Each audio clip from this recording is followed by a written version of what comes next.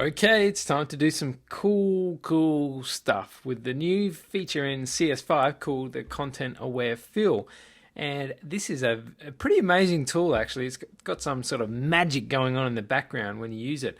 I've got this image here of this brick wall with a bit of sky on the top. But let's say, for instance, I just wanted it to be a brick wall and I didn't want to have these other elements in there. Like, let's say I wanted to get rid of this section here.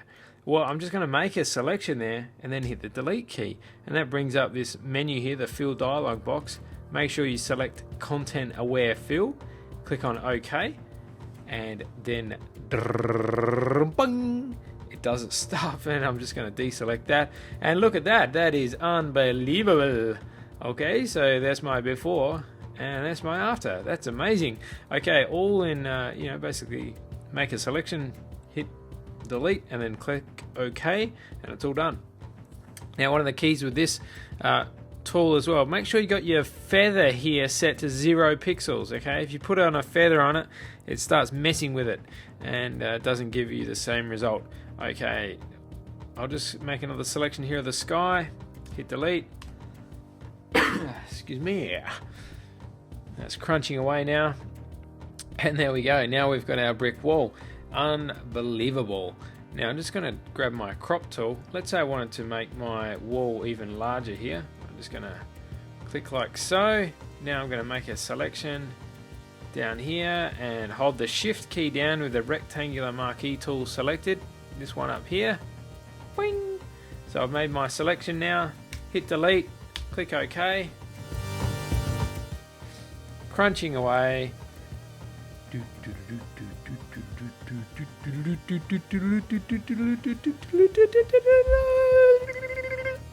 Almost done.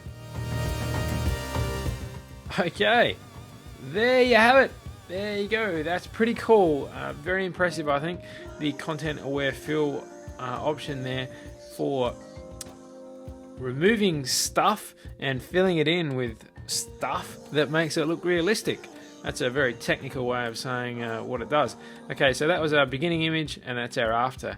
And, not a lot of technical skill involved really to make that happen. Let's have a look at this image here. Actually, I've already played with this one. That was our before and that was our after. I just basically made a selection here of the this little white flower. I thought, it's a little bit distracting, so I'll just make a selection of that. Once again here, make sure your feather is set to 0, hit delete, click OK. Alright, so that's got rid of that. Now I just want to get rid of these blue pots here, so I'm just going to come down here, see how this one goes. And I'm doing a pretty sort of random selection there. Click on delete, click OK.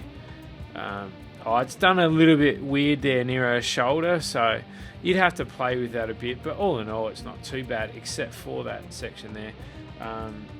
So if you're doing really high-end stuff, you obviously want to be very fussy about it, and I wouldn't normally do this on the background layer. I'd press Command J on the Mac or Control J on the PC and duplicate the background layer and then start messing with your doing your edits and stuff like that.